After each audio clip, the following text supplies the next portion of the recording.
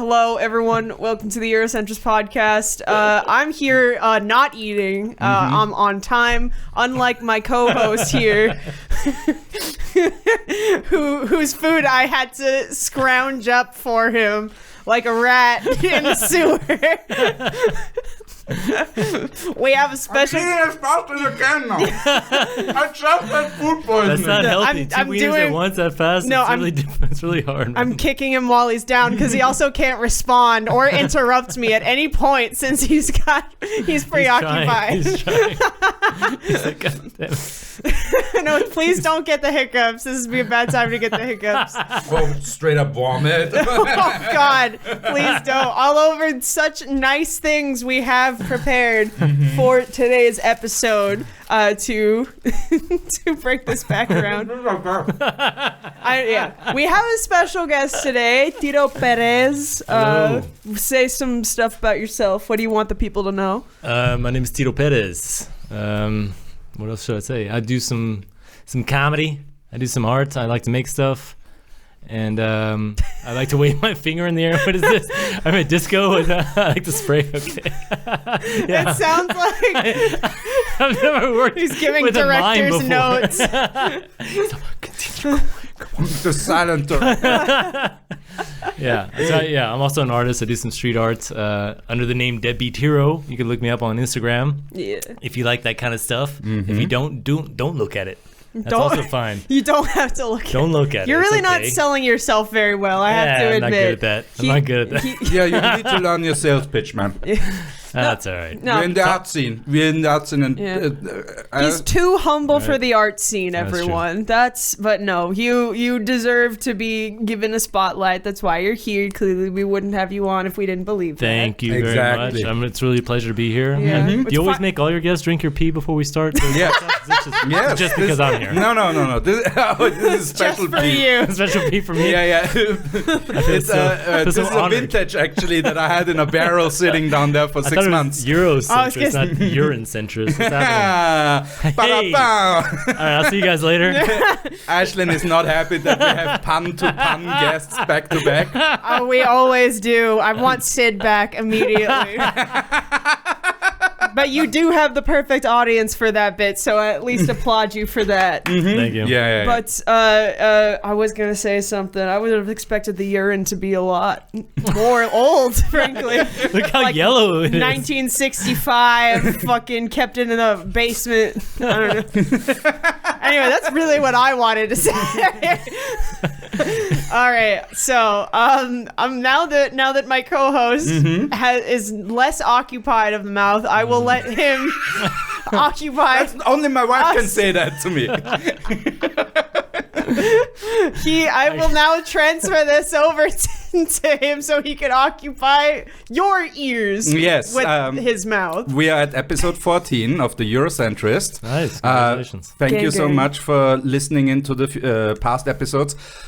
One thing of note though, I see that there is a viewership, but you don't guys hit the like button, so I'm gonna force you guys to hit the like button right now. Do it now, because this is how the algorithm works. Thank you so much. This has been the PSA, and now I think we can already dive into the topic. But first, Tito, what's your history? Because you brought this on my request. Yes.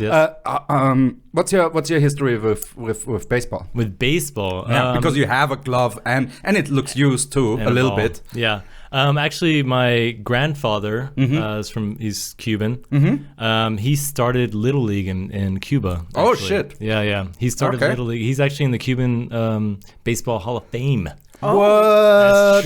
That's true. And damn, son. Yeah, and so, but I don't play baseball. Okay. Well, wait, is this a hand-me-down? No, I found a kid playing it outside. Block the kid. Can I borrow this real quick?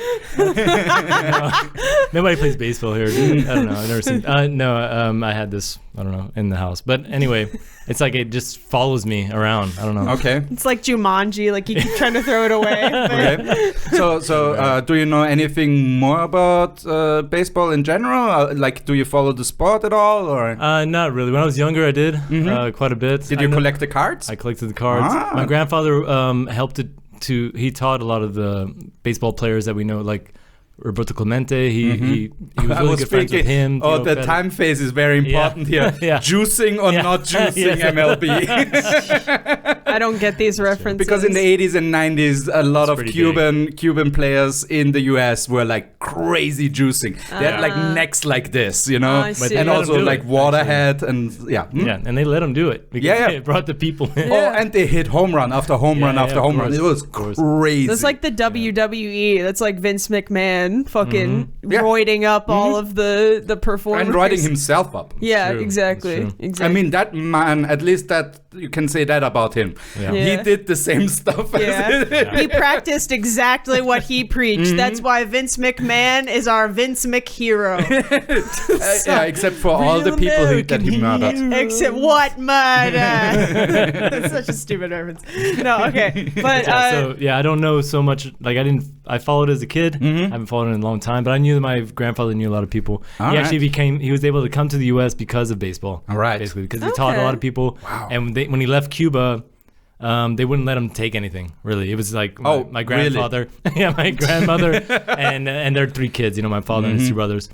And my grandmother was a seamstress, actually. And the only thing they could take was the baseball mitts and the baseball gloves. So my grandmother actually opened it up and put all the jewelry and all the money inside. Wow. And then when they got to the US, they were like, laters. Wow. Yeah. Bro, call what back. the fuck? This is like an artifact. They didn't have it. Wasn't this one. I'm like, let me just. They didn't have Wilson. They didn't have Wilson baseball gloves. No, you can fake this. I can hand paint this cheap ass logo. I was gonna say this is like your Rose from Titanic. This is the heart of the ocean in here. You're just dropping it on this podcast. What fucking Hedy Lamarr did. I should just let you guys believe that. She sewed her jewelry into the clothes when she left her Nazi husband. That's true. That's true. Yeah. Yeah. So, well, as you probably already have guessed, today's topic is gonna be about baseball. No, because I did a little discussion with Ben because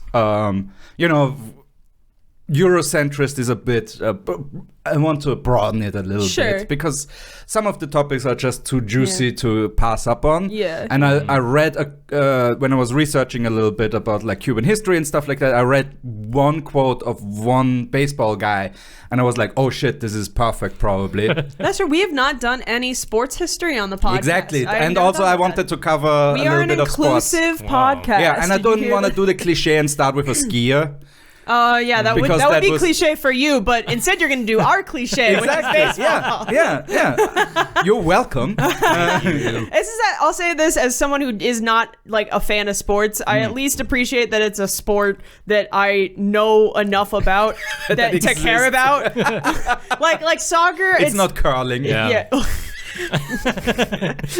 It's not football. I refuse to. No, American football. The bad boy of curling. No, that would be a great topic for the future if that exists. There probably is, but we're talking about baseball and. Did you follow baseball? I mean, actually, so I grew up in the Bay Area. So in like 2010, something like that. The San Francisco Giants went to the World Series. Right. And I did get to go to one game there. I got to go down the Coca-Cola slide, and that's it. You were doing cocaine? Yeah, 10-year-old me was just coked out Good deflection. No, but nosebleeds? Like, where were you sitting? Oh, we were definitely in the nosebleeds. Because of the cocaine. He's all, yes, all the time. Coca-Cola slide. No. Mama, I want to go on the Coca-Cola slide again. But you just went on the Coca-Cola slide. Come on, Mom, don't be a bitch. It's okay. Just give me a napkin. I wasn't even there with my mom. I was there with my friend's family because, my family doesn't really care care about sports, but my friend's family, family friends of ours really did, and they were kind enough to invite us. Oh, that's awesome. Yeah. Nice. Yeah, as it happens, the guy who got us the tickets is the son of the family friend, and he has been writing me a lot, actually asking me to do this, so I'm gonna do this now because this is an actual opportunity for it. But he for real actually has this insane ability to network. He has so many connections for so many. He just talks Jeffrey to Epstein of today's day. Okay, no, not Jeffrey Epstein. Hey, you can say what you will, but he was a great networker. Don't say that. This is a family friend of mine. Who's like, actually, Not anymore. I'm so sorry, Shamim. I really tried. They're all family friends until they get caught. I can't believe Yes. Oh, Tito, putting my faith into you was not steered wrongly. now I just feel betrayed. You know what? I guess I spoke too soon before shitting on you. Didn't you want to do something? Oh yes. No, Say something? No, yeah, he has a documentary coming out about his life and story about networking. I think it's called The Autograph King. So awesome. I've yet to see it, but I figured since he's the one who got it, it's relevant to the story. I'd bring it up. Wait, is this SAG-AFTRA shit? No, this is independent. This is absolutely so independent. we're not breaking the strike. Absolutely not breaking the strike. Okay, cool. To my knowledge, we're not. It was definitely made before the strike anyway, so. But you can't promote right now. Yeah, but it's definitely not. Yeah, it's definitely not like a major studio by any. Good. To my knowledge, I really hope not. But, Warner Brothers, yeah. not a big studio, you know. If it's Warner A24, Brothers, I mean, it's know. a family company. Well, A24 is allowed. Oh yeah, because they did They agreed. a separate agreement. Yeah, that's A24 is true. allowed to That's continue true. production. Yeah. Yeah, people will now know exactly when this podcast was recorded, exactly the date and time, because we are historians as we talk about history, more or less. Yes. To go back to baseball. Yes. So I did the discussion with Ben and to do a long roundabout, and we agreed upon that since what we did to the Cuban natives was so atrocious that like 99.5% of them died, fled, or got killed, or enslaved and then died. Guns, germs, and steel, baby. Yes, but we also agreed that basically anybody that came afterwards, especially if they were white, those are Europeans. In our mind, at least like genetically speaking. Okay. So that's my loophole that I'm using for today's episode. Okay. Yeah. So this is not a European culturally, a Cuban person who's white. Yes. Okay. Yes. Oh, extremely white. If you can look behind you. All right. So today we will cover Adolfo Luque. The Adventures of Captain Baseball Bat Boy. Does that ring a bell for you? Adolfo Luque, no. Oh, perfect. He does sound like a villain from the Mighty Ducks, though. Yes, he does. He does. He does sound like an 80s villain. He does. All right. That's true. Yeah. Quote, who is the greatest manager, really, Luque or Mike Gonzalez? I think they are equal. Ernest Hemingway, The Old Man and the Sea. All right. Wait, what? Huh? What does that mean? Was that a quote from this? That was a quote out of the book. Okay. Yeah, by Ernest Hemingway. Well, he like talks through the character. Okay. But Ernest Hemingway himself was into baseball. Okay. And he has the old man argue with the kid in the book who is the greatest manager. Really, Okay. Luque or Mike Gonzalez? I think they're equal. And Luke is referring. That's Dolph. Yep. He's a fucking centrist. He won't pick a side. Baseball centrist. He's a coward. He's like, I like them both. I've never read the this book. Hemingway is the middle road. When they go low. All right. Anyway. So Adolfo Domingo de Guzman Luque was born on the 4th of August, 1890, to a working-class family in Havana. Back then, prior to the Spanish-American War, still capital of the Captaincy General of Cuba within the Spanish Empire. Unfortunately, we know very little about his early life aside from this, and that's not just me saying that. That's Ben, our researcher, because I couldn't find anything. He joined the then still new Cuban National Army in the late 1900s. The decade, not the century, obviously. Thank you, Ben. All right, now he's getting patronizing. Where he served as an artilleryman and built a bit of a local reputation as a third baseman in the infantry baseball club. Artilleryman and baseball. Like, it's just chucking things for long distance. See how far it can go. Yeah, for sure. I'm a professional thrower. I put that on my CV. Point me to the enemy and I will destroy him. On the field or on the battlefield. Like, all he needs is a discus now to really complete the trifecta. He was soon recruited by the Vedado Tennis Club baseball team, one of the best in Cuba's amateur league, and converted to a pitcher for his obviously strong arm. Only months later, he joined Club Fe and thus the Cuban Professional League. Does that ring a bell? Cuban Professional League, yes.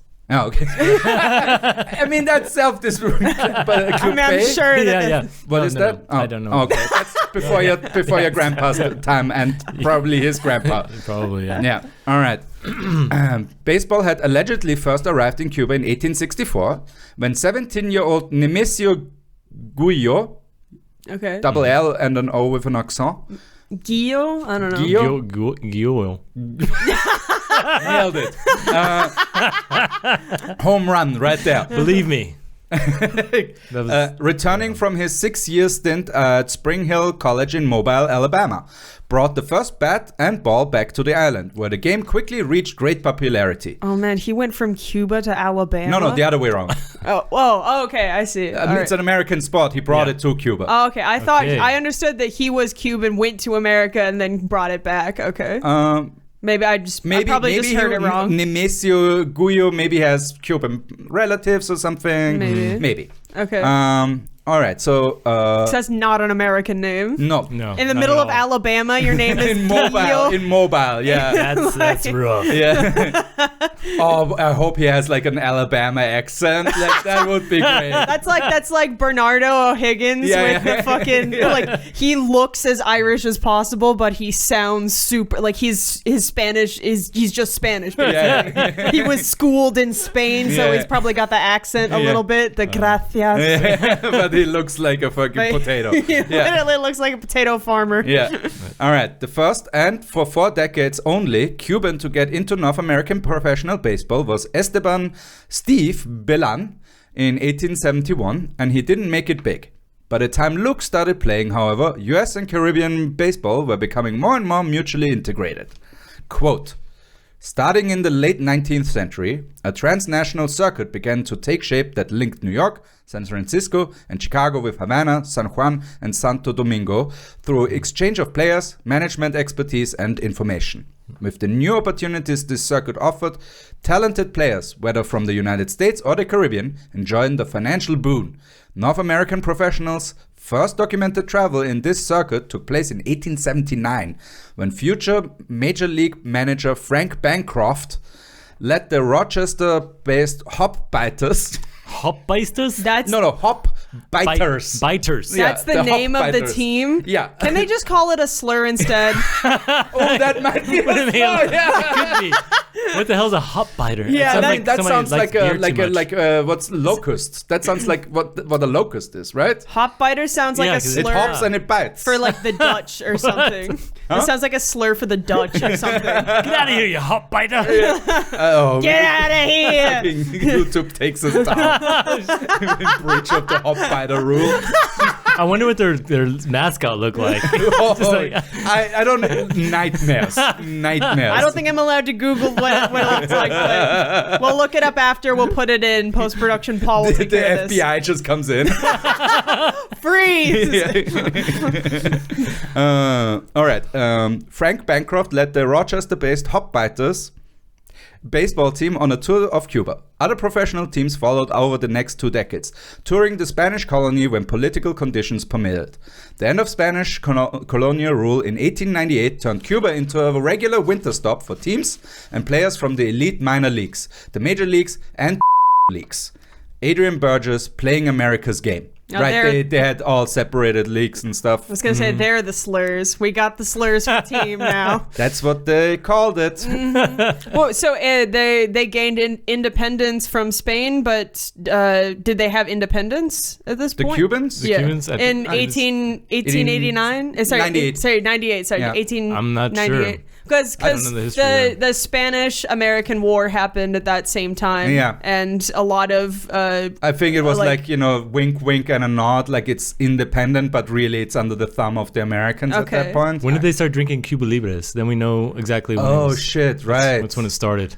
I mean, Coca-Cola is already out, right? Yes. True. So Yes.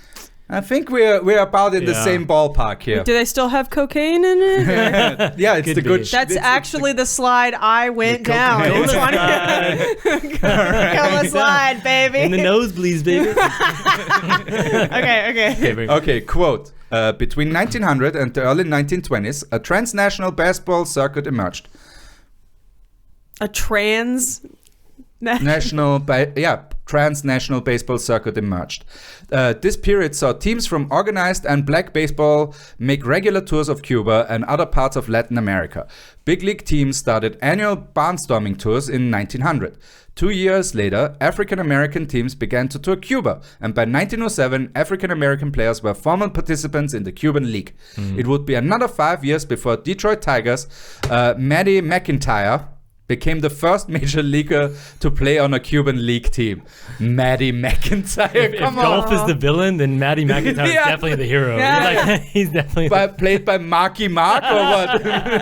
Hey, Maddie, get over here. I don't know. It could also be the opposite. It could be like a working class kid from the Bronx has to fight the rich elite McIntyre family that Okay, came yeah. into generational wealth after they were enslaved by the English for a really long time, and then And they now finally they do got it. McIntyre whiskey or something like Yes, that. exactly. Yeah. That's an elaborate plot line. I'm sorry. And that is also by Adrian Burgess, that quote. All right. Okay. All-white American teams frequently losing to not-so-all-white opponents while playing in the Cuban leagues made sure that the old justifications for excluding non-whites from professional baseball, namely that they simply lacked the necessary discipline and talent due to their perceived non-whiteness, became increasingly difficult to defend. Yeah. Oh my God. Especially thinking about it in retrospect. Oh, come on, it's MLB. Of course there has to be some racism in here. It's just so funny to think now that like the opposite stereotype is true. Yeah, Like, Yeah, 100%. Or not true, but you know what I mean. Like, is what we No, generally. the stereotype is true. The stereotype is the fact that like that is what we widely accept as fact. But it's wow, that's insane though. Yep.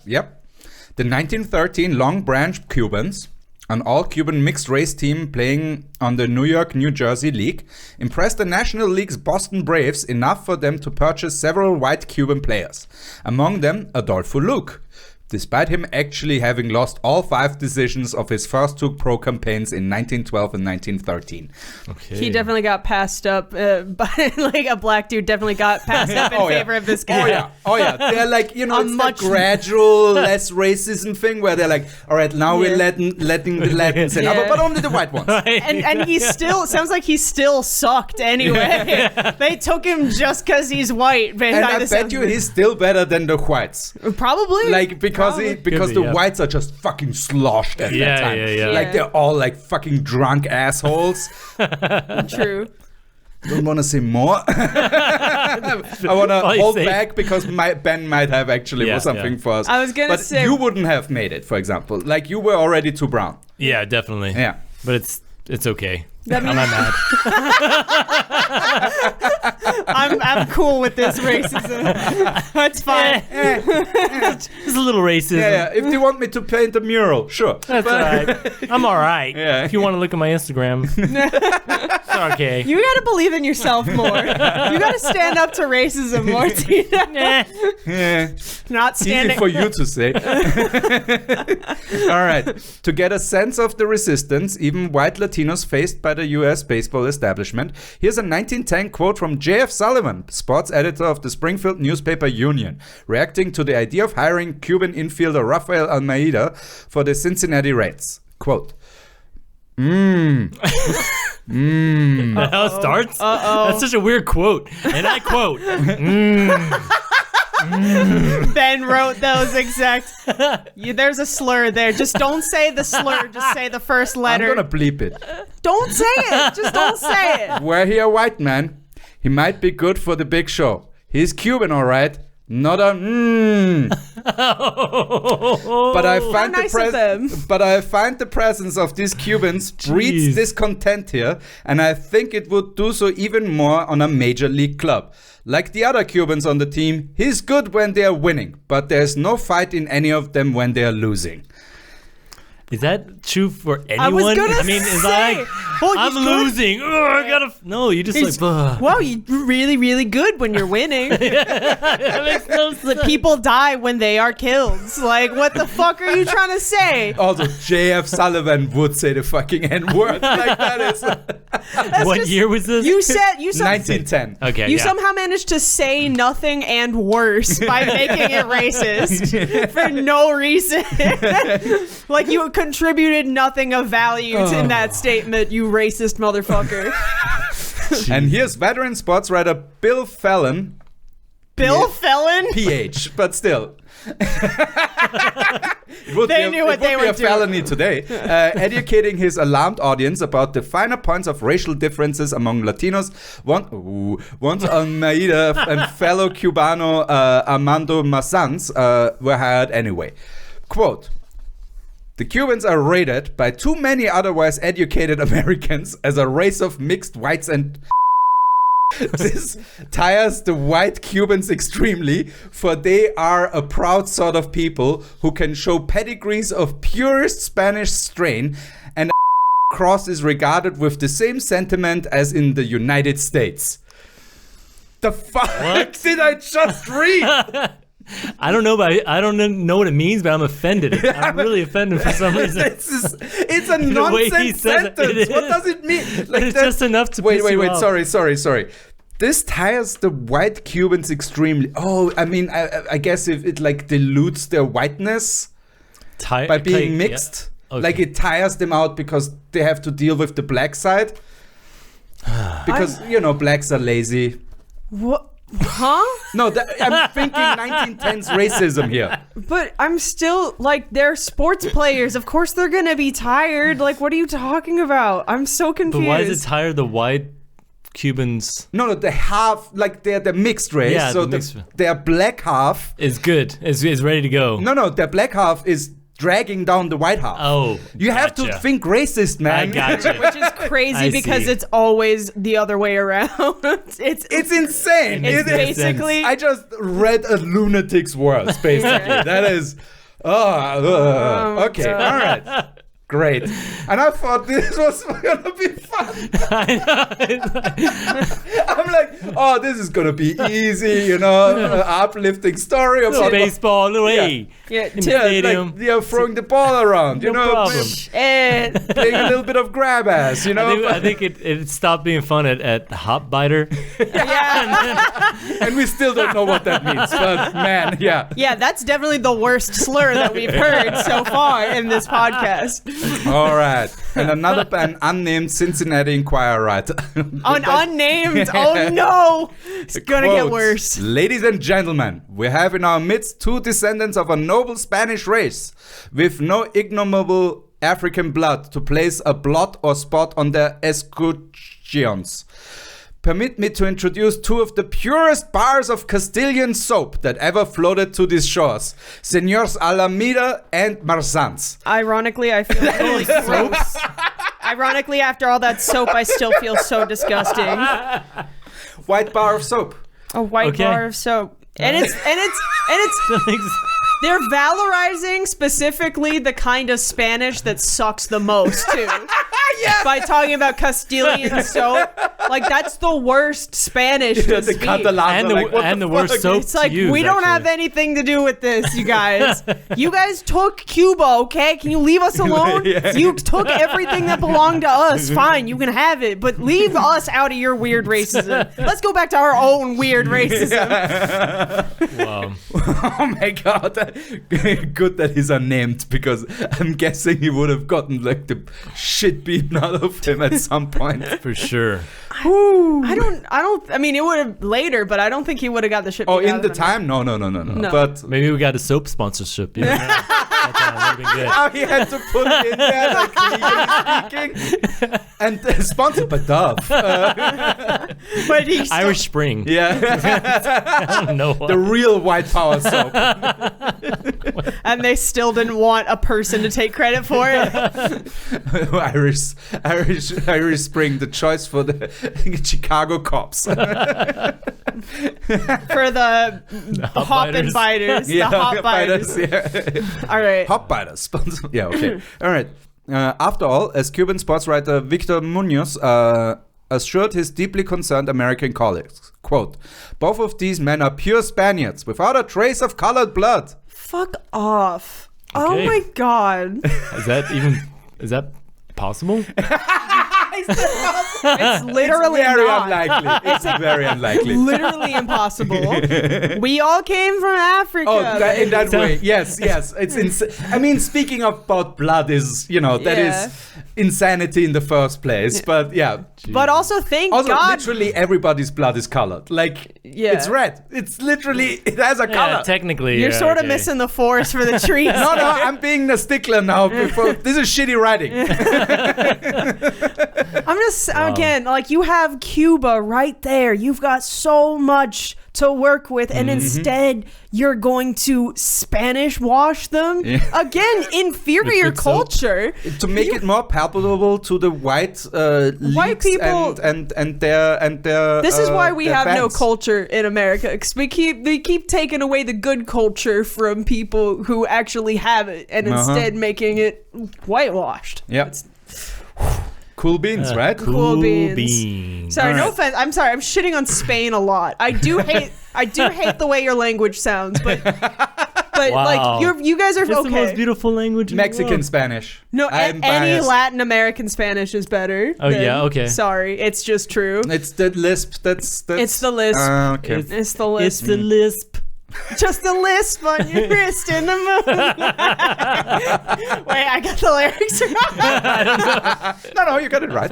Especially ironic because that band was called Lady Antebellum, which Oh, yeah, is literally right. named after the South. Didn't they apologize like 6 months ago or I think they something like Like that? 2 years ago, and Well, they tried whatever. to change their name to Lady A, which got them into a lawsuit with a black R&B Oh, singer yes. called Yes. Lady A. They stole from. As if calling themselves Lady Antebellum wasn't bad enough. Okay, let's That's go. like the war cry.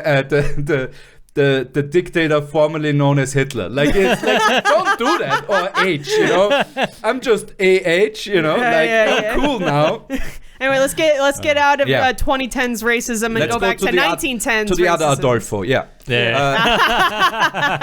Adolfo Luque, being of similar extraction, could thus also make his US Major League debut in 1914, and unlike all the other Latino players of the Jim Crow era, managed to make a name for himself.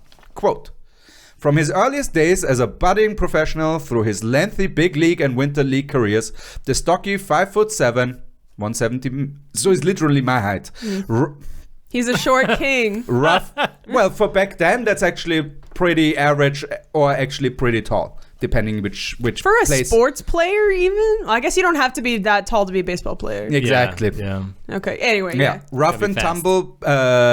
The stocky 5'7", rough and tumble ball player was best known for his surly personality and quick-fire temper, even among those loyal countrymen who saw him as a national hero after his miraculous 1923 big league season in Cincinnati.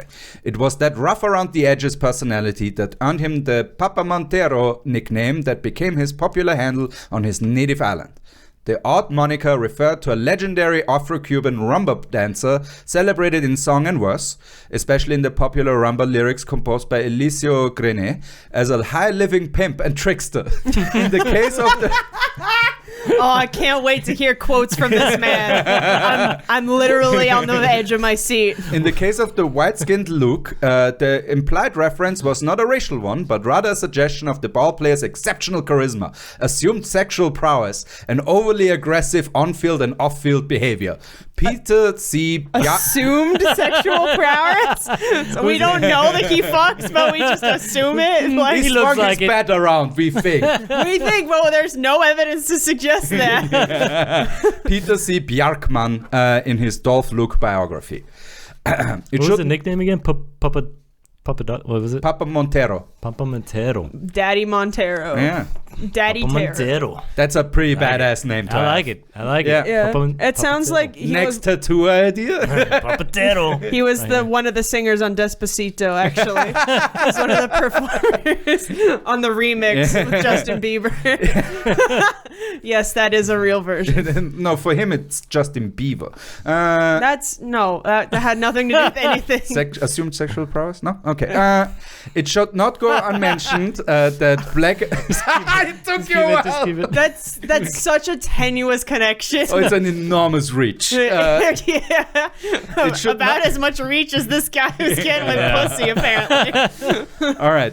It should not go unmentioned that black Americans at the time largely viewed the inclusion of Latino players in the major leagues as an indicator that the racial divide would one day be overcome for them too. The shade is coming. New York Age, great name by the way, New York Age.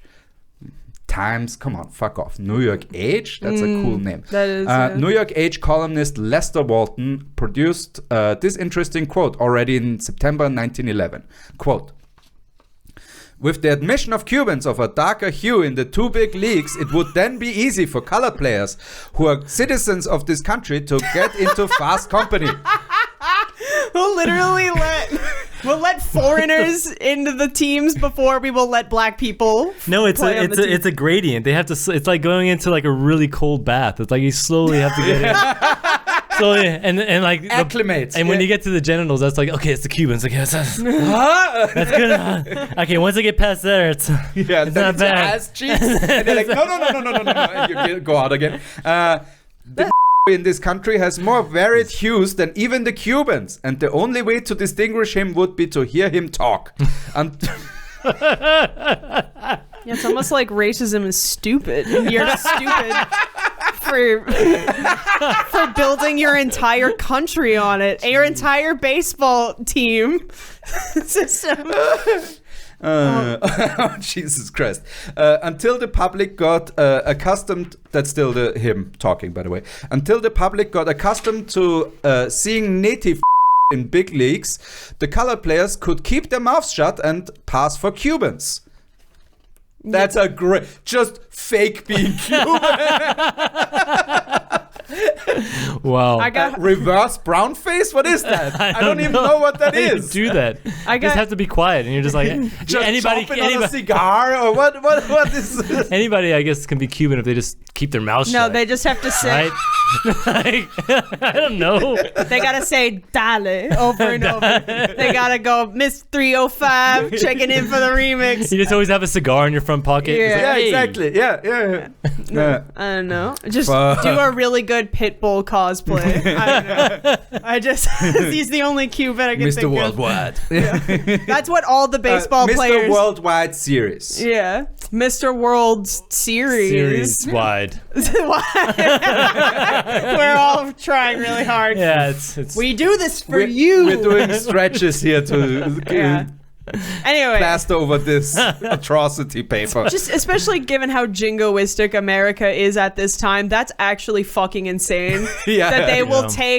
take people from a country they deem as inferior over black people in your own your own country. I got hung up when you said native words, and Yeah. I was like, are you talking about Native Americans? And I realized, no, wait, It's even worse than no, that. you're just talking about the black people that you stole and brought to this country against their will. yeah.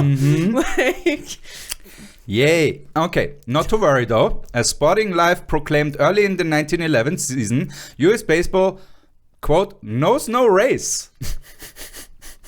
that's At first, I thought you said no snow race. I was like, of course, baseball is not a snow race. or knows snow race. Hey. Oh, look The Coca-Cola slide. Coca-Cola slide. But back to Luke.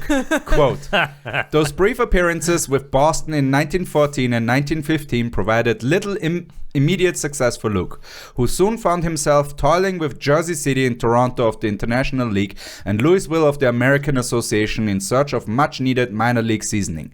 A fast start, brackets 6 wins in 12 appearances. So, Wait, did they mean to say minor league seasonings? Like... what? Seasoning. It sounds minor league seasoning. Yeah. Like You need some from the minor league, I guess, to spruce up your major league players. I don't know what that means. Or is that during the minor league season? It just the way it's phrased sort of sounds like you're preparing a steak. Yeah. It sounds kind of like coded language for like minorities who use seasoning on their food. Oh shit! I didn't even. White people and spices. That's why I was like, yeah, we need to get some flavor. That's why we went to Cuba. That's right. That's why I was like, what are you talking about? All right. A fast start, 6 wins in 12 appearances in the 1918 campaign brought on stage 2 for Luke, a permanent home in Cincinnati that would span the next dozen seasons. He went from Cuba to Cincinnati. I'm so sorry, Dolph. But he has a C on his head, right? So it could stand for both Cuba and Cincinnati. You can just switch around. Switch it out. That's the silver lining. It's pretty smart. That makes it worth living in Cincinnati. Maybe Cincinnati back then was better. I don't know. Living in middle America is never going to be better than living in Cuba. Right. Weather alone. Yeah. The Cuban fastballer was an immediate success in the Queen City, winning 16 games over the course of the 1918 and 1919 seasons, throwing the first big league shutout by a Latin pitcher, and playing a major role out of the bullpen as the Reds copped their first ever National League flag in 1919. Luke himself made history that fall of 1919 as the first Latin American native to appear in World Series play. He tossed 5 scoreless innings in 2 series relief appearances, while the underdog Reds outlasted Charlie Comiskey's Chicagoans in the infamous Black Sox series. Okay. Yeah. So he's actually really good at his job. Right. Seems like it. Yeah. Yeah. I'm still. Fastball Luke. Yeah. Did he have a nickname? Yeah, we had that already. Was it He's Papa. that's Papa Montero. Right. Montero, that's what it was. Gotcha. But we let the record show once again that they definitely didn't know that when they bought him. They definitely didn't know he was gonna be this good when they bought him. Oh yeah.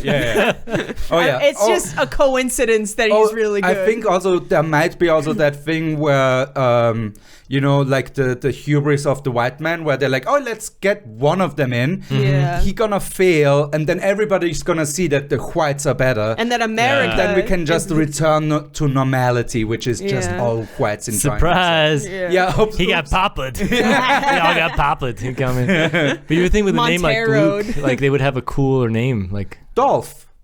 Dolphy. Instead of Adolfo, I think Dolph is pretty sweet. This is pre-H, so he can still be called Dolph without any sort of connotations. That makes sense. Do you think they called H Dolph? H Dolph? Dolphy? No, I'm just wondering. Adi. That's really? Yeah, that's how you Isn't shorten it. Isn't there supermarkets called Adi? No, that's Aldi. Close enough. Yeah, I mean, there's Adidas. Because his name is Adolf, too. Okay. Adolf Dassler is the founder of Adidas. Okay. All right. Also, probably future topic. I was gonna say, you don't see a lot of people called Adolf anymore. Which is weird because, like, not other people who've committed genocide don't have this problem. It's just Hitler. People still name their kids Joseph. Or Stalin. No one knows their kid Stalin, but people name their kids Joseph. Like, he didn't ruin that name and he was like worse, like on a numeric level. Joey from Friends. Yeah. Joey from Friends was actually named after Joseph Stalin. I'll have manifesto on Yeah, the fun fact about the Friends cast is that his character. That's why he's always poor. That's why his friends don't respect him, because they're all materialistic pigs. Too much on that Coca-Cola slide. Oh my god. All right. Luke also generated a lasting loyalty for nuestros queridos rojos, our beloved Reds, back home in Cuba. In spite of his impressive record, being a, quote, a winner of nearly 200 major league contests, the first frontline Latin American big league ball player ever, and the first among his countrymen to pitch in a World Series, win 20 games in a single summer, or 100 in a career, or lead a major league in victories, winning percentage, and ERA. However, Dolph Luque, as he was called in the States, is remembered mostly for one particular, frequently misreported and exaggerated incident that showcased his perceived, stereotypically Latin American temper. Tell us. Oh no. Quote. Oh no. The setting was actually Cincinnati's Redland Field, later Crossley Field, on the day of a rare packed house in midsummer of 1923.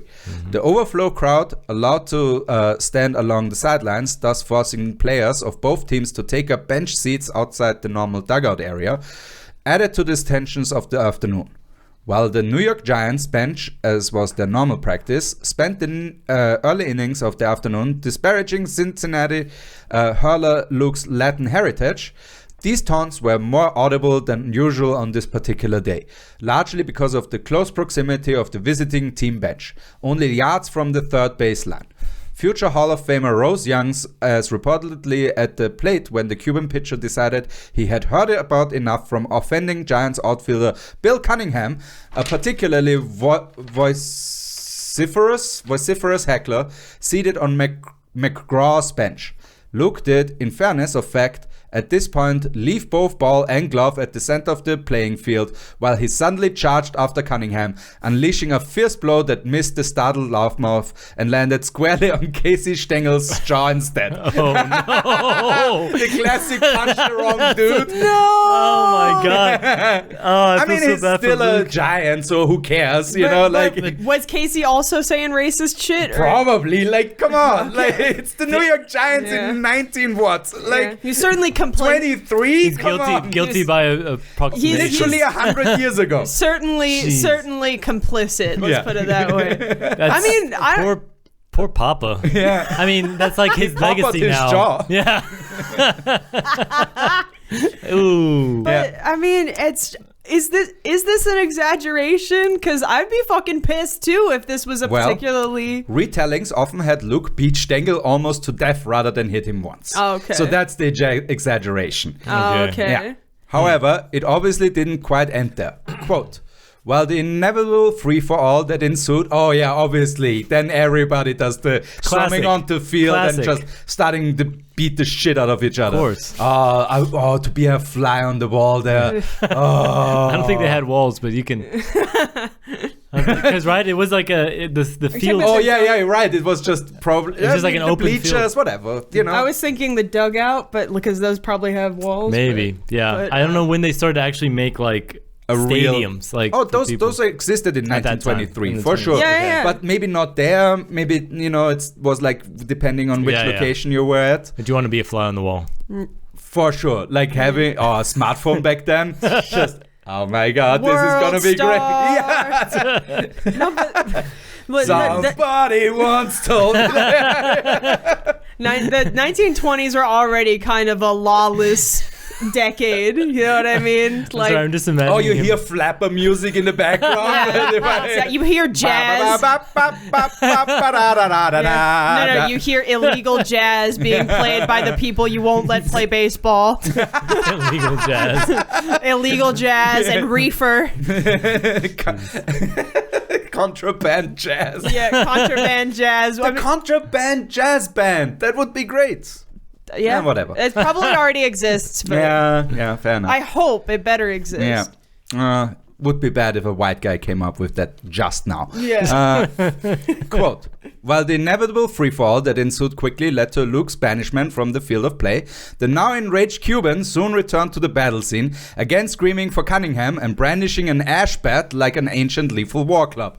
It subsequently took 4 policemen and assorted teammates to escort Luque from the ballpark a second time.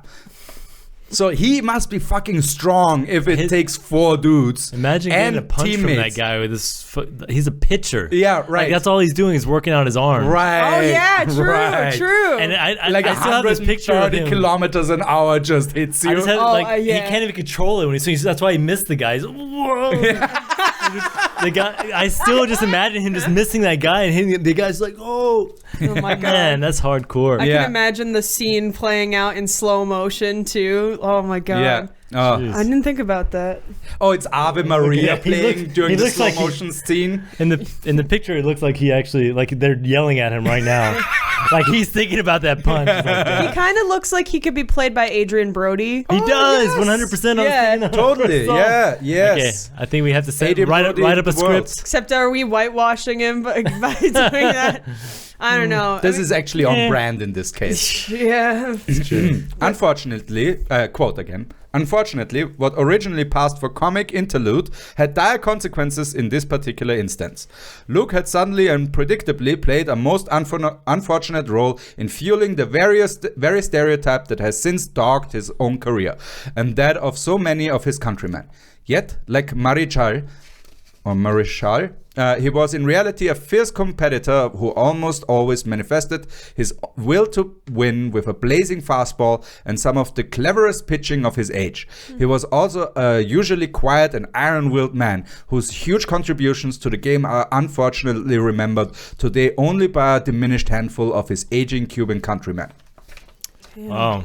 Wow, that's really sad. So, iron-willed for a Cuban back then. How bad were the insults? It had to be. Like when they casually throw the N-word around like that. Yeah. How bad has it to fucking be that like you Your explode? sexuality is anonymous. I don't know. This has to be a straw that broke the camel's back situation, because Or the worst insult in human history. possibly. Yeah. But it's hard to know what Like could a have. really big straw. Well, because we don't really know a lot about what his actual person, like we haven't had a single quote from him yet, so it's hard for me to put myself in the headspace of that, like being like, what's the most personal thing that could hurt my feelings? Again, direct quotes as him. probably is also a problem because all of the news reporters are white. Exactly. Yeah, And they probably didn't even want to interview him. They Most didn't of even them. want to Of interview course. him, and they talk about him like he's And a he novelty. wins. And Yeah. he wins. Like he makes whites look bad. Like Yeah. whites. Again, it's He makes white America look it, bad. it makes my head hurt. This makes my head hurt. Like this is insane. Yeah. Oh man. All right. But also, this also lends itself to the whole thing. Like allegedly, he was a slut. Yes, exactly. Allegedly, he was getting mad pussy. Right, he's Latin, right? Yeah, exactly. Right? They He's fought. gotta be. Look at that He's nose. Catholic. Oh yeah, there's that too probably. What the Catholicism. He's probably Catholic. probably. And he's fucking in WASP territory, basically. Oh, yeah. Oh yeah, that's true. So that's on top of that when the WASPs all told that the Catholics are sluts, basically, you know, Yeah. which is an insane statement in my mind, but whatever. Some people might disagree with that. But I know. There's that famous Monty Python sketch, but no, but yeah, it's there's no evidence to suggest that at all, especially since he seems to have been like a quiet kind of dude who Yeah. well, Just who just really- did his job who really just well. liked Oh, throwing Dolphy. shit. Yeah, Poor Dolphy. That's like the only he's thing like, we know. oh, I wish I had my artillery piece right now. Yeah. Oh, No Oh, shit. Oh, to be back, chuck a fucking grenade, you know. to be back in the Cuban military right now. All right. Somewhat ironically, 1923 was not only the year of the event that would forever overshadow his actual achievements, but also the most successful year in Luke's entire career as a player. Quote, but it was Luke's 1923 campaign that provided his career hallmark, and that was, by any measure, one of the finest single campaigns ever enjoyed by a National League hurler during any epoch. Few mountsmen have so thoroughly dominated an entire league for a full campaign. Luke won 27 games while losing about 8, leading the circuit in victories, winning percentage .771, earned run average 1.93, and shutouts 6. Sounds good. Yeah? Sure. You have to talk to your granddad. Right? I don't know. Sounds good. But God damn it, that's why I have your... I know some of those words, some of those numbers. Yeah. Nah, I mean, they wouldn't have wrote it if it was bad, right? Yeah, right. But 27 games winning versus 8 losing sounds fantastic. Yeah, That is already. pretty Pretty good. good. Yeah. Yeah. That's Especially all the pretty good. racism that's happening at the same time. not Right, you have bad. to mentally block out that at the same time Yeah. while you're on the mound. He's- Because sound travels, right, in that stadium. Yeah, he's got to work like 4 times as hard. Maybe to- that's what pushed him so hard. Like, he was Probably. like Also, yeah. fucking pissed. He's like, I'm gonna kick these guys' asses. Yeah, I would- Oh, he wanted to like actually throw at their face. Yeah, he's such a great pitcher. He's like, he's like he's trying to kill these people. His fastball was trying. Yeah. He's trying to get the balls every time. You will not reproduce.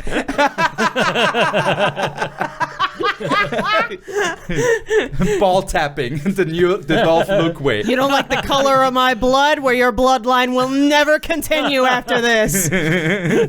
Big Papa. Oh, is that from Biggie Smalls Yeah, enters exactly. the story That's what and beats the shit out of the guy who singing is. about him. All right. The 6 shutouts could have been 10. He had 4 complete game scoreless efforts erased as late as the 9th inning. His 1.93 ERA would also not be matched by another Latin hurler until Luis Tiant registered an almost unapproachable standard of 1.6 in the aberrant 1968 season. The summer known as the year of the pitcher, when an entire league checked in with a 2.98 mark and 5 American leaguers posted sub 2.0 figures. All right, I'm Awesome. out. I'm out now. Yeah. Like this is the end of my baseball Sorry. knowledge. Yeah. Okay. I'm glad I'm not like stupid for having zoned out. Hey, Yeah. baseball nerds! In the descriptions, tell us what this shit means. I remember Yeah. looking at the back of baseball cards and Yeah. all those numbers. I know ERA is extremely important to like define the value of a player. Yeah. And what was his? I don't remember batting average. 1.93 sounds insane to me. Okay. Yeah. Like that's a really good number. I talked to one baseball nerd, and that's the one thing that stuck is that's a really good. 1.93. Yeah. Okay. We All got to right. make sure that baseball YouTube Yes. gets wind of this so Yes. that we know, because we do not. Yeah. It's really sad. I have a baseball glove. Wow. The shame your grandfather feels. Right. Hey, he couldn't have predicted that Ninja Turtles are going to be more important to me than baseball at my age. You know? Only Raffaello had a I baseball know. bat. If he was telling me stats, I'd be like, okay. Which, I love pizza more than other. Man, if they called games in New York, that would have been great. Yeah. Yeah. Oh But my god. sadly, we're not there. No. You're such a millennial. Am I? Yeah. I'm a turtle guy myself. I had the turtle mobile. The That shoots party pe- wagon? Yeah, the party wagon that shoots pizzas. No, yeah. Okay. I had that one. Yeah, That's that was awesome. great. I couldn't afford the party wagon. I had. I got it as a hand-me-down. Oh, okay. Yeah. I had a tin pound cake container. Oh And shit! it's put all the turtles in there. You Yeah. you made a makeshift. See, that's did. even better. That's Make it like work. creativity and stuff. That's right. Yeah.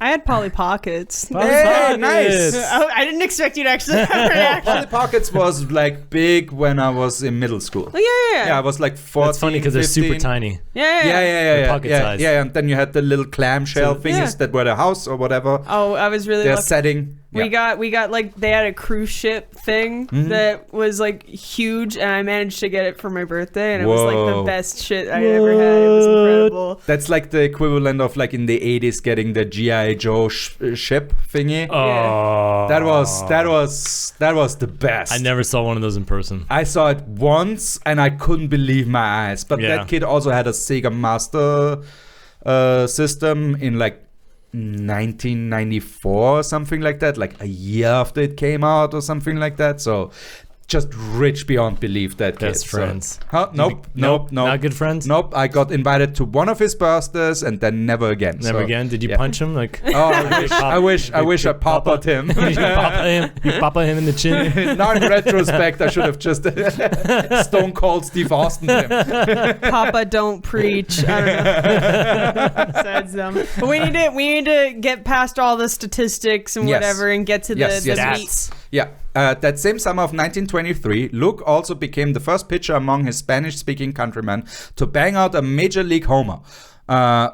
while himself allowing only 2 opposition round-trippers in 322 innings. What the fuck? That is insane. That's pretty insane. The second stingiest home run allowance ever for a pitcher in the National League, and close on the heels of the 1921 standard of 1 homer in 301 innings pitched recorded by Cincinnati Reds teammate and eventual Hall of Famer Epper Rixey. So he's right below them. Really, really good at baseball. Yes. He stayed with Cincinnati throughout his whole career? Oh, we haven't got to that We'll part find yet. out. Okay. We'll find out. Just wondering. Yeah, I mean, the guy's dead. We'll cover his whole life. Don't worry about it. I was gonna He's call him not up right now. 140. I'm still throwing balls to I'm still mad. What the fuck did you just say about me, you little bitch? He's just got one He would super still, huge arm. yeah, he would still If destroy I can us. stand up, I would. No, he just throws a ball at us and kills us that way.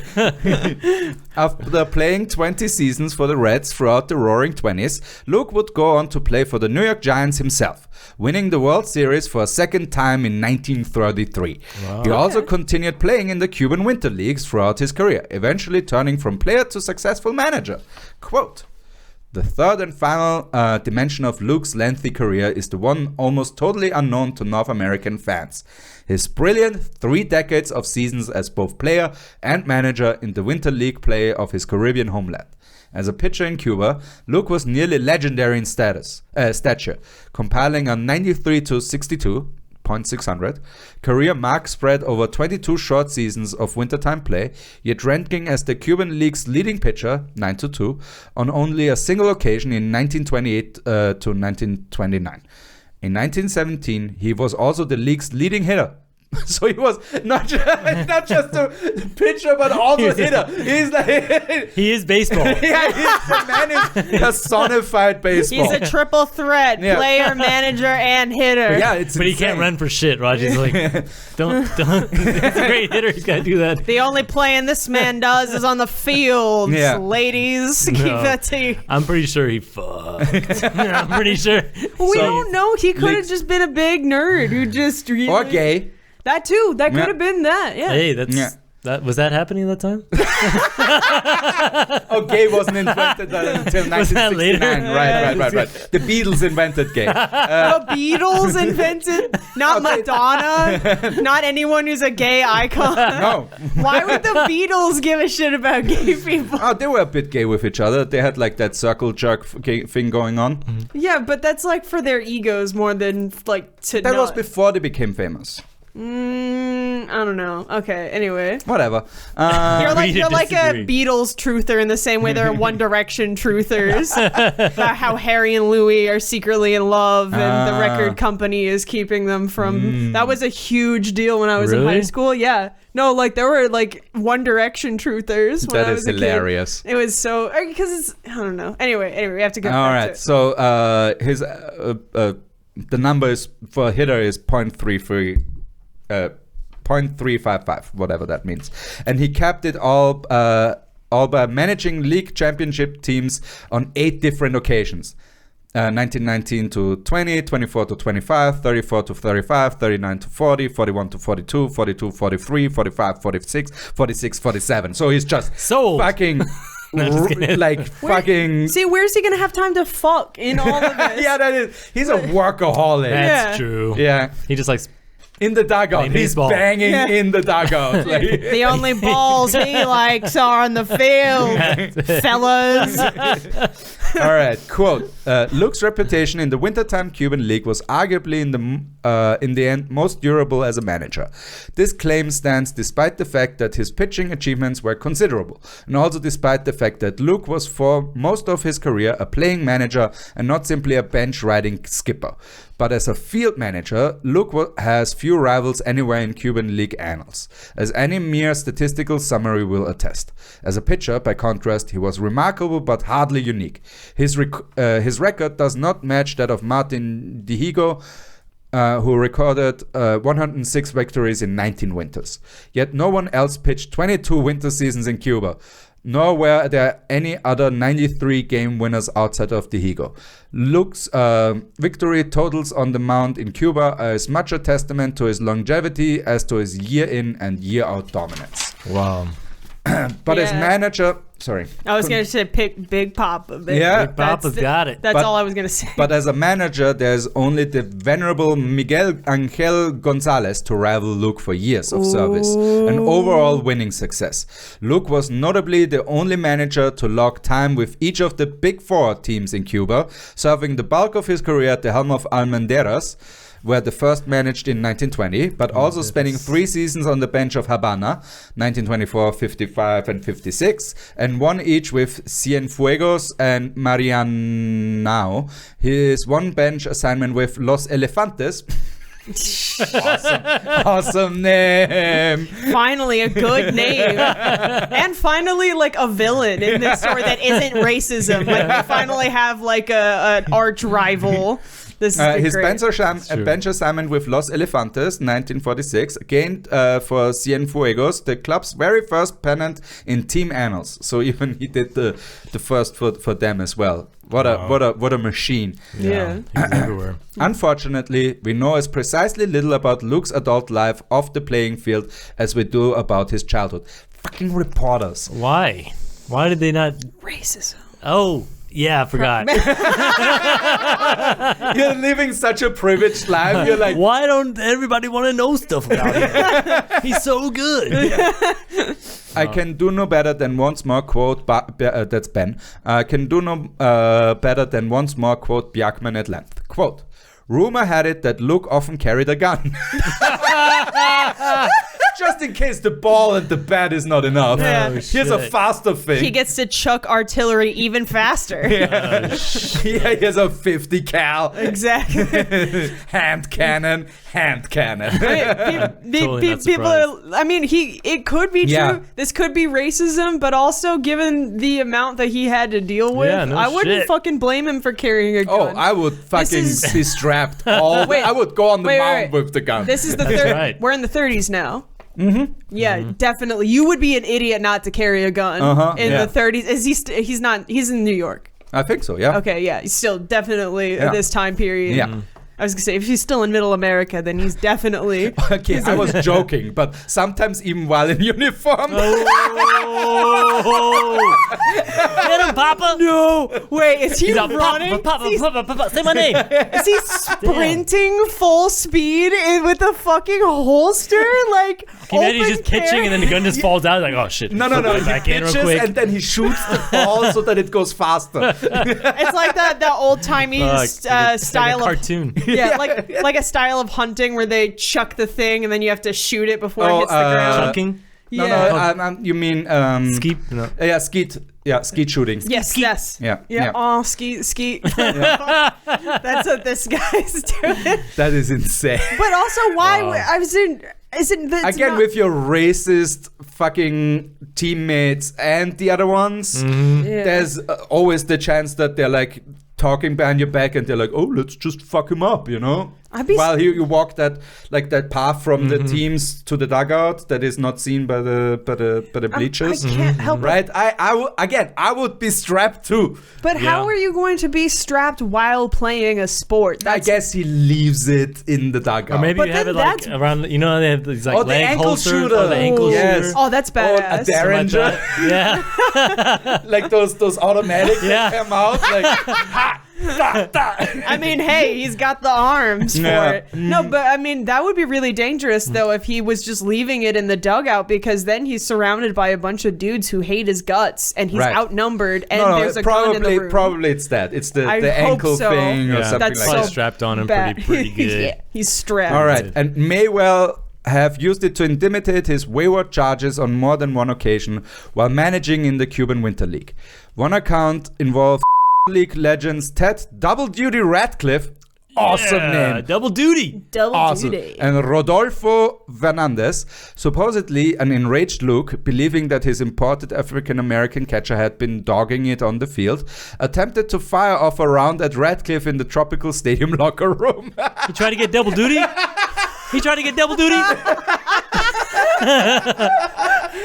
In a room, like inside a closed space, in a space that is famously very echoey. Yes. Oh my god. Damn. This is the new version of the like. Maybe that's where he got the team, nickname. The team guy giving like the speech right before the last inning, so that you win. He just like points a gun at them. How are you supposed to hear the speech if your eardrums are already ringing? Like, That's still. true. That's good. Shit. Damn. The frightened Radcliffe was supposedly saved only when Fernandez pushed away the manager's arm as he attempted to gun down his goal-breaking backstop. Wow. That's it. I've had enough. I've had enough. He's like, The history of baseball is very rich. And That is wonderful. amazing. oh my god. Oh my god. Jeez. Still my hero. A second incident involved black pitcher Terrence McDuffie, who pitched for Luke's Mariano club in the early 50s, a heavy drinker and womanizer cut in Luke's own model. This account suggests that McDuffie once told Luke he had a hangover and thus was not up to starting a game, yet then quickly changed his mind once the short-tempered manager returned to the locker room from his adjacent office waving a loaded pistol. Oh my I god. think you're gonna play. How's that hangover now? Oh, your head hurts? Yeah. Your head hurts. Let me it hurt forever. I got a painkiller right here. Jesus. I'm just thinking like, Amazing. but also think about like, I'm sorry, this was in the 50s, you Uh-huh. said? And this is Miramar? Is it Miramar? What? Marianne now. Maria now. Okay. I'm just thinking like if he actually follows through, he's down a player. So this That's is true. kind of like, He's just gonna be the player. He's switching himself True. in. yeah. But I mean, what I'm guessing is that these players didn't think of, are just intimidated by the gun and don't stop to think like, what? That's stupid that he's threatening my life. It's my body he wants out there. That's why he's threatening me. Yeah. This is the worst hostage situation ever. But so wait, so this was a guy. He was. But a this is also womanizer- the time where like players would regularly bet against their own team and then lose on purpose. Yeah. So yeah, this yeah. is also this is a valid intimidation tactic. Sure. Yeah. You're like, are you working with the mob, motherfucker? I think I'm the mob right now. You know. Yeah. Okay. That in that case, fair. That makes sense. I'm not sure, but that's just It could have been. because there's a lot of paranoia with like real managers going on, like the ones that don't gamble on their own teams. These guys, they are panicking all the time because they don't know if their own team is working against them. exactly. Yeah. So there's that on top of that, you know. Oh, Yep. wow. I never thought about it like that. Gun. Solves everything. That's what he learned from America. That's what he brought back to Cuba. He's a definitely gun. been Americanized. Yeah, a gun. That's American culture, baby. Right. But yeah, so our John Wick Jeez. in baseball cleats. John Wow. Pitch. That's good. If some of the tales surrounding Luke's outrageous public behavior might well be based more on fancy than fact, it is nonetheless common knowledge that he was indeed prone to expensive tastes and extravagant personal indulgences. Big Papa. Okay. Going large. He was a flagrant womanizer. Okay, now he it's fucks. coming. Yeah. He fucks now. We can Yeah. confirm that. Yeah. I Oh, don't wait. think it's just starting. I think it's Yeah. you don't just become a But womanizer. no, but now it's confirmed. Yeah, Yeah, that's I what I'm got saying. you. That's what I'm saying. Is A now. heavy drinker. Oh no. So he's also This, okay, no, this he's- man is he's a in the sauce. liability. He's in the sauce. He's a liability, and he has a loaded gun at all times, and his And arms. strong arms. He's already like. He's already like. I love him. strapped. I love him. I love He's him. also got permanent tickets to the gun show. Everyone's got. Hall of Fame. Jeez. Hall of Fame gun show. Wow. A brash and often profane public figure and a reckless gambler. Oh, with a passion for the brutal cockfights that were then still legal in Havana. Wow. Okay. Yeah, Oh, okay. So, All right. yeah, this man's a liability. I mean, he loves cockfights. We established that now. Yeah. And he All sounds kinds of more and more cockfights. Cuban the more you go into it, honestly. It's like First, you were like not sure about him. I was and like, now- how do they not know anything about this? And then, oh yeah, okay, now they know the bad stuff about him. Yeah. His hey, flagrant womanizer. I don't think that's too bad. well, For the time, especially to be that without being married and everything. That's tough. Yeah, it's shitty for the women too, though. Oh, yeah, he's yeah. being a fuckboy. Oh yeah. Oh yeah. Like, what, did you forget that women are people? Not in that Oh sense. yeah, that's great. Not for anyone involved. Like, abortion's not legal yet. Like, there's Maybe- there's maybe- also no contraception, so you could die at any He had time. a bat. And a gun. Late time abortion. Let me just quickly shoot that We out of should you. not be laughing that hard at this. Believe me, I'm hitting. Just stand next to this guy. I really want to punch. I can But put your really hit stomach that here. youth. I was thinking you make the girl you got pregnant go through labor only to shoot the baby immediately. You just Or like it's still like a got it. piñata. you still got it. He piñata I'm gonna that name baby. him Homer.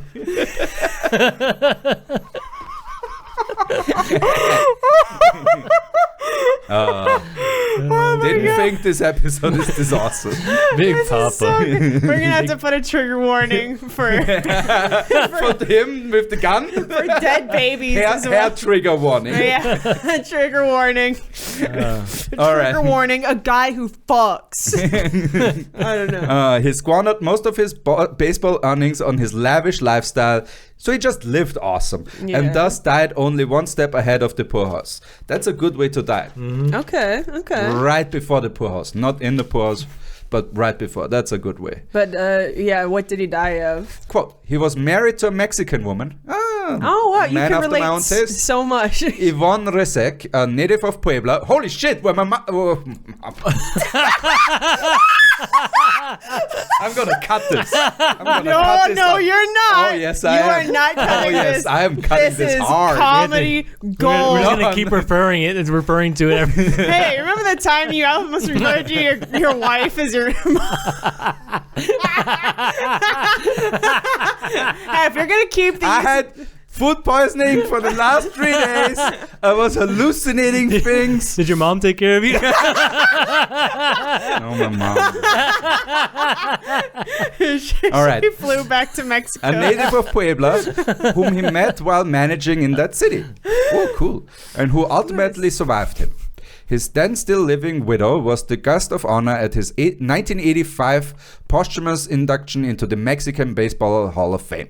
On that particular ceremonious occasion in Monterrey, Mrs. Luque uttered the provocative statement that she wasn't in fact the pitcher's widow, since she didn't believe that Luque was actually deceased. She's a truther about her own husband's. Well, he faked his death and he's like, I'm just, I don't know. No, I want to know. I desperately want to know more. I want to know why in she thinks support that. of her bizarre, perhaps tongue-in-cheek claim, Resek cited an incident from the famed athlete's earlier life when he seemed to reappear from the dead. The story was that Luque and some fellow ballplayers were once on a ship bound from Havana to Miami that was reportedly lost in the Bermuda Triangle. He could be alive. He could still be on As the tale has See a it, Netflix a series. day of mourning was proclaimed in Havana to honor the lost athletes, but 3 days later the ship miraculously landed safely in Miami. That incident gave birth to yet another famed rumba tune entitled "To Cry for Papa Montero." One other known detail of the pitcher's life is that his only daughter, Olga Luque, was a talented swimmer who competed on several occasions, including the 1938 Central American Games, for the Cuban national aquatic team. She definitely got the Cuban genes. That's for sure. Because she can swim. Because she for can long. swim. Wow. I desperately want to know what his relationship to his wife was like, because they Oh, mentioned yes. he was a flagrant womanizer. Oh, But yes. was this during the marriage, or did he settle down afterwards? I'm sure he dudes- settled. He cooled it down. I want to believe. Yeah, he cheated only on weekends. I want to believe. I mean, okay. Only when we have off-season games, then I'll cheat. Okay? Oh, but also I want to know what she thought about. It's like, that bastard is definitely still alive. He still owes me child support or something. I don't know. But no, I mean, again, she came to the 1985 thing, so I'm guessing they had at least some rapport with each other. Yeah. Luque died of a heart attack in Havana on July 3rd, 1957. A heart attack. Legendary sports writer Frank Graham gave this tribute. Quote, It's hard to believe. Adolfo Luque was much too strong, too tough, too determined to die at this age of 66. He died of a heart attack. Did he? It sounds absurd. Luke's heart failed him Does it though? Does it sound absurd? Luke's heart failed him in the clutch? It never did before. How many close ball games did he pitch? How many did he win? Or lose? When he won, it was sometimes on his heart. Is this man Tucker Carlson? Right. Why is he framing these No all? wonder his wife is confused. She's thinking fake news this whole time. Why the fuck? Did you read this?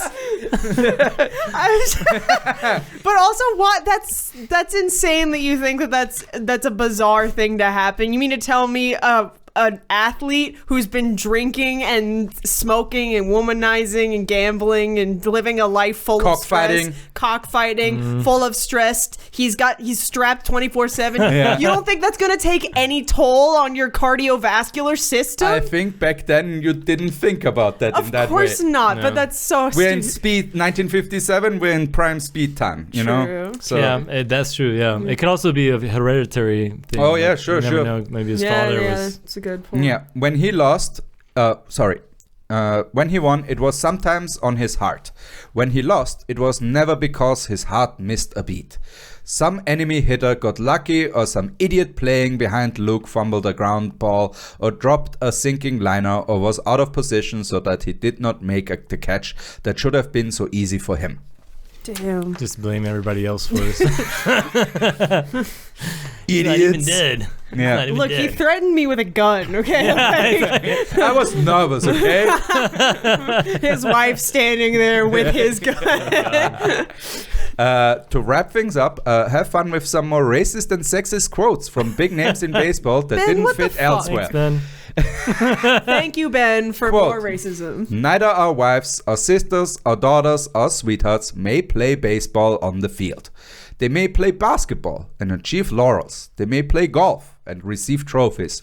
But baseball is too strenuous for womankind, except as she may take part in grandstands with applause for the brilliant play, with waving her kerchief to the hearth of the three-bagger. Albert Spalding in his 1911 history of baseball. Literally Spalding. Yeah. All right. I used to have Spalding shoes when I was younger. Yeah. He's still one of the biggest, or the biggest sports supplier for baseball, I believe think. so, yeah. Well, I'm sure that quote is never seen. Nobody talks about that quote anymore. You get it monogrammed. like a, Is it bad that the main problem I have with that quote is that he referred to golf as a sport? hey. Because it's like, I expect him to be a piece of shit, but like, I expect him to be like, women don't belong there. They need to stand and wave a little handkerchief around. They That didn't like say women handkerchief, do. Right? What do they say instead? Kerchief. Kerchief. But it's That's what they say. same thing. right? Yeah. Yeah. Women's job is to stand there, look like a mannequin, and wave around a white flag like we're the fucking French. I don't know. Next quote. True. The league has gone all to hell, now they're letting them damn foreigners in. Damn, I didn't think it would literally be in the. Right? Was that from like this year? Oh, that's so depressing.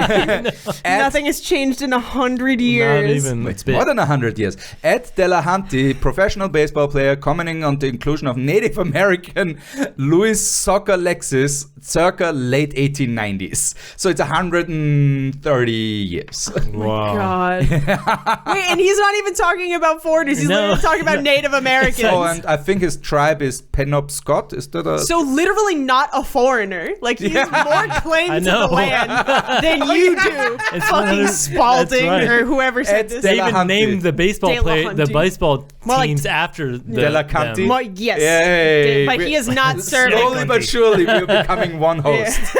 Hey, I did pick up your slack while you were eating. I'm kidding. I'm sorry. I love you. No. It's okay. Your mom loves you too. Fuck you. Yeah,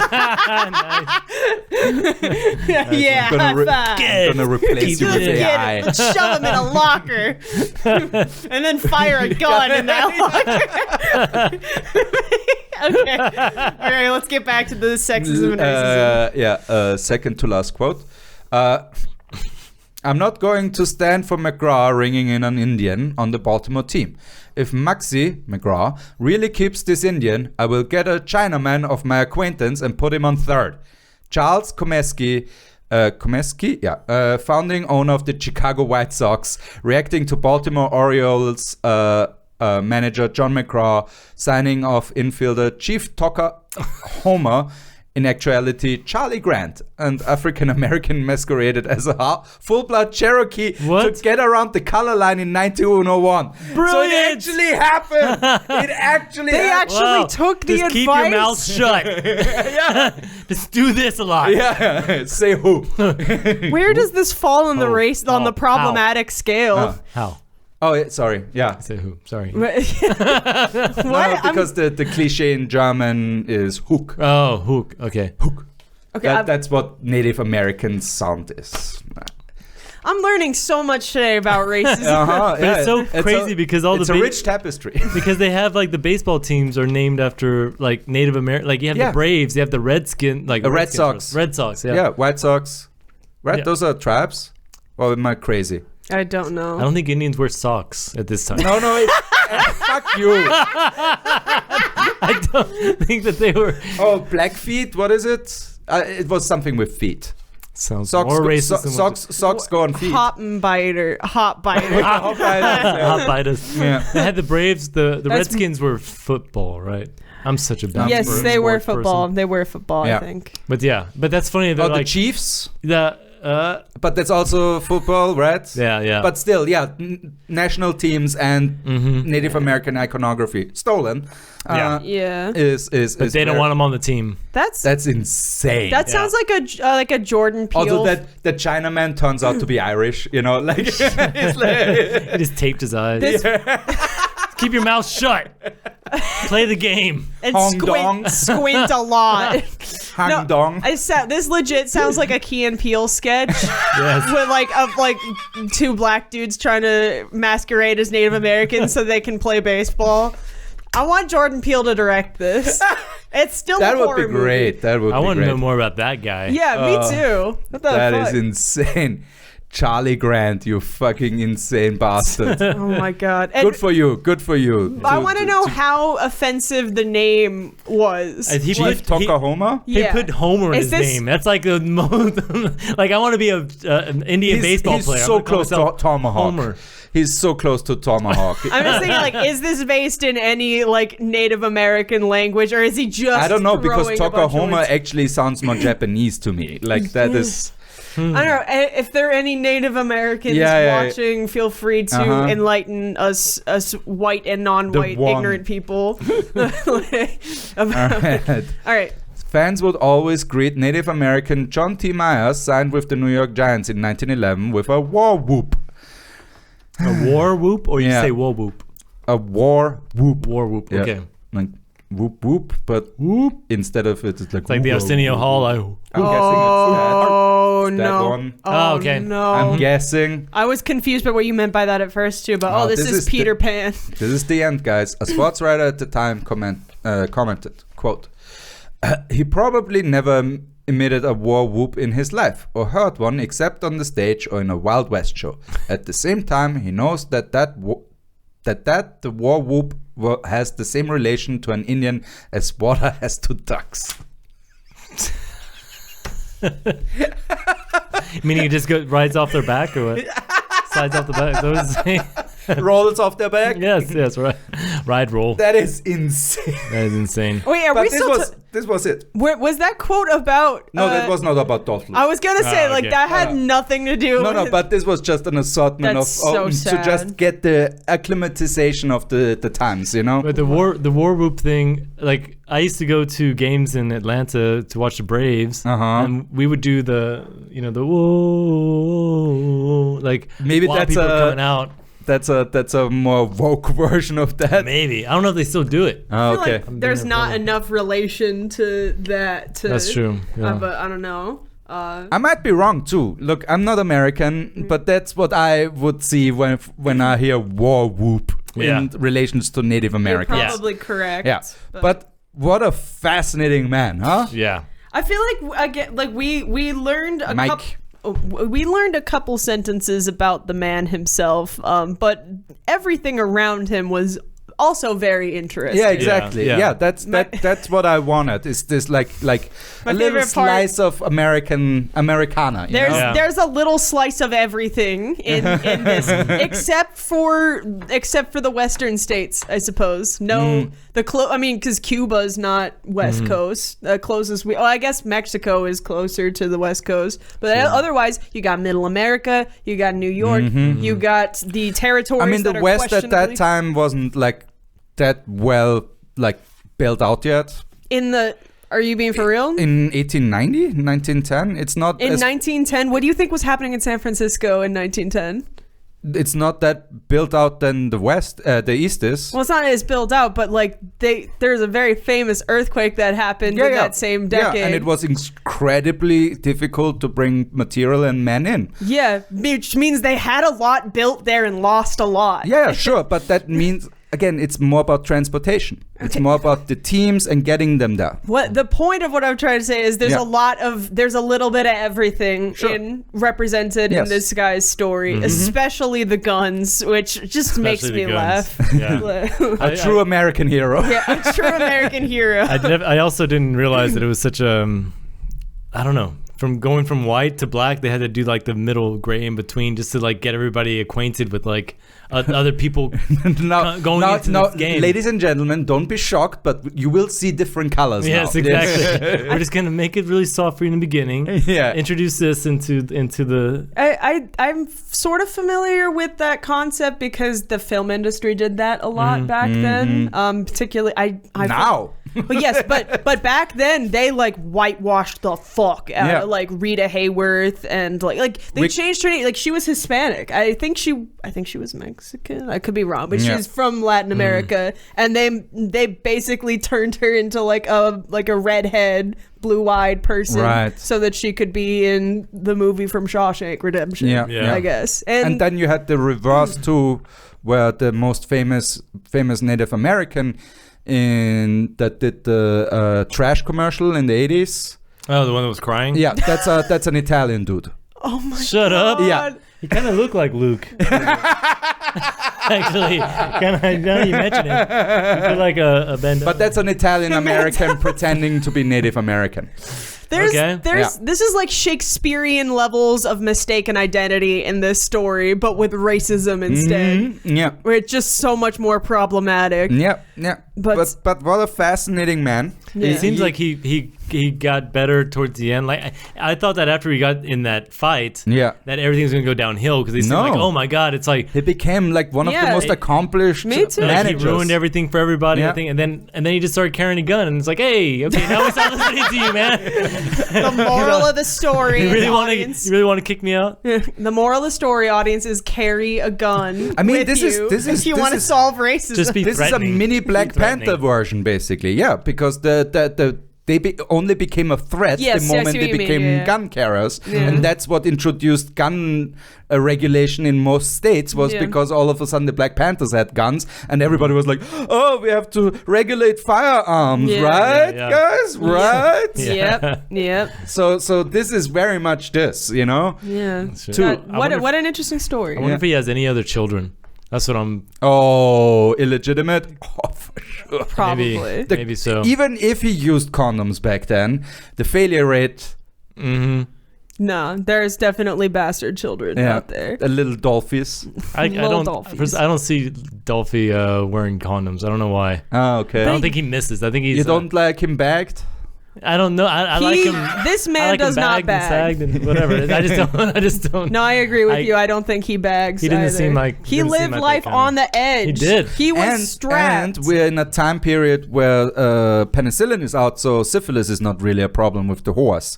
You know, so true. So he can just bang basically without repercussions when it comes to that part of the thing. Without worrying about your brain rotting through your face like Al Capone. Exactly. Or any of AIDS is not around yet, so Yeah. you know, worst thing that can happen is hap. You know, Yeah. Oh, well, ew. hey, well, but that's a really low percentage, yeah. you know, versus Yeah. the other two. Mhm. So And then he died yeah. of a heart attack, so it's all good. It's all It good. worked out fine. Like it wasn't.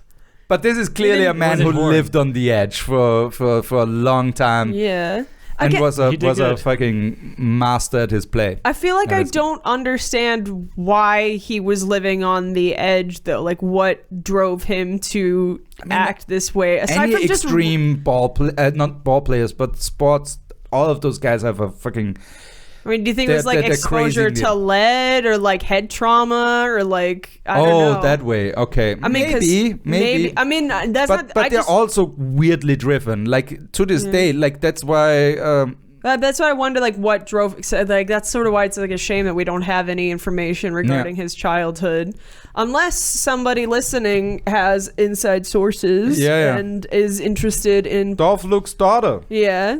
who's or- probably like 100. Or granddaughter, something like that. If you're Yeah. really into genealogy, we very much accept any submissions Yeah, regarding yeah. first-hand primary sources. Yeah. That goes for all the other episodes as well, by the way. But this one in particular. Yeah. I feel like I'm pretty sure my grandfather probably knew this guy, honestly. See? Because my grandfather left like right after, I think it was like 62. He Okay. left the U.S. around this time, I think. And he died in Dol- 58. 57. So yeah, 57. there's a. Oh, he definitely knew him as a Yeah. ball player. Like, I thought like you meant one of the personally. greats.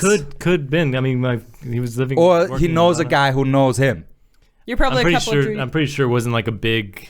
So it I don't is know. on you now Yeah. to find out. I'll find out. That would be great as an addendum at the end. We have a few weeks until this comes out. Yeah. Obviously, our links are as always in the description, guys. Yes. If this episode was fascinating to you, please leave a like Yeah. and If it a made you laugh. comment. Made you giggle. Yes. Tell us your favorite part. Subscribe. Subscribe Hey, over wanna here. subscribe? Yeah. Hey. Yeah. Hey, Hey. hey, Hey, subscribe. Hey guys. This There's is a no button right longer there. a request. There's a button. This has been the Subscribe. This is Eurocentrist the Adolfo Luque podcast. subscribe way. Oh, you got a hangover? You gotta subscribe. Hit that button. Like I hit that ball. Hey. This has been the Eurocentrist podcast. Yes. Tito, please, one last pitch. Yeah. Just end it on that.